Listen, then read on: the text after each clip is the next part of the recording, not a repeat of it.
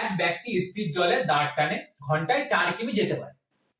স্রোতের অনুকূলে দাঁড় টেনে 12 কিমি যেতে তার যে সময় লাগে, স্রোতের প্রতিকূলে দাঁড় টেনে সেই দূরত্ব তার 3 গুণ সময় লাগলো।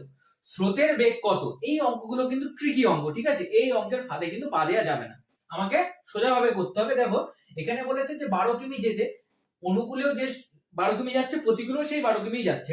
তাহলে আমরা জানি যে নৌকা দিয়ে দিয়েছে এখানে 4 কিমি পার ঘন্টা, ঠিক আছে? এখানে আমার স্রোত বের করতে বলেছে, স্রোত ধরি x। তাহলে আমরা জানি যে নৌকা প্লাস স্রোত মানে অনুকূল, এবং নৌকা মাইনাস স্রোত মানে প্রতিকূল।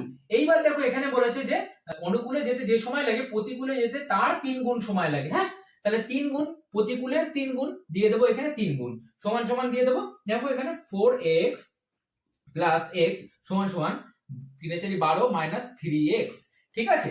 এবার 3x টাকে এপাশে নিয়ে আসবো, তাহলে 4x সমান সমান এখানে কত চলে আসলো, তাহলে 8, ঠিক আছে? কেটে গেল, x সমান সমান 2, তাহলে মান আমার বেরিয়ে গেল।